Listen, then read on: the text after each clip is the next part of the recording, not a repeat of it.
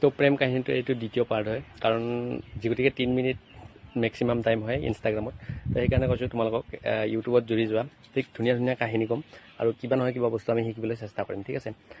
তো এতিয়া আৰম্ভ কৰিছোঁ কাহিনীটো। তো যেতিয়া বেজীটো দেখাই দিলে, মাইকীটো লৈ গ'ল। তাৰপিছত ল'ৰাজনক প্ৰশ্ন কৰিছিলে যে তুমি কি দেখিলা?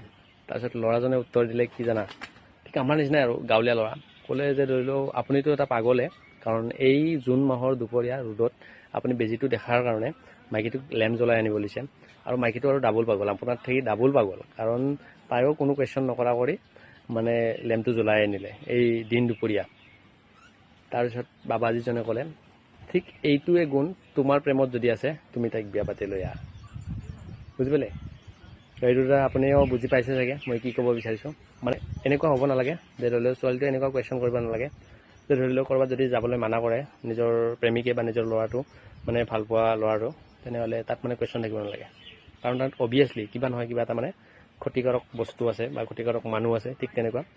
আৰু ঠিক ছোৱালীখিনি যেতিয়া তেনেকুৱা হ'ব, তো ল'ৰাখিনি অভিয়াছলি তোমালোকৰ কথা শুনিব, প্ৰতিটো কথাতে তোমালোকক ছাপোৰ্ট কৰিব।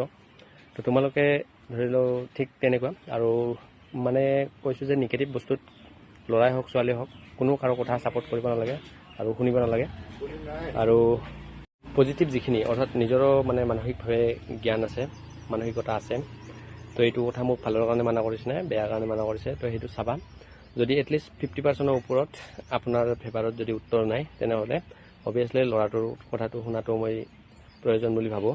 বা ধৰি লওক ছোৱালীটো মানে ধৰি লওক ছোৱালীটোৰ ফেভাৰত যদি 50% ওপৰত আছে, ল'ৰাটোৰ ছোৱালীটোৰ কথাটো শুনাটো মই প্ৰয়োজন বুলি ভাবোঁ, ঠিক আছে। তো কেলকুলেশ্যন কৰি চাবা, ঠিক আছে। তো এইখিনিয়ে কৈ কিনে মোৰ চমু যিটো ভিডিঅ' আছিলে সমাপ্ত কৰিলোঁ। আশা কৰোঁ তোমালোকে ভিডিঅ'টো চাই কিনে কিবা এটা শিকিছা আৰু সকলোৰে প্ৰেম ছাকচেছ হওক বুলি মই আশা কৰিছোঁ। জয় হিন্দ, জয় ভাৰত, জয়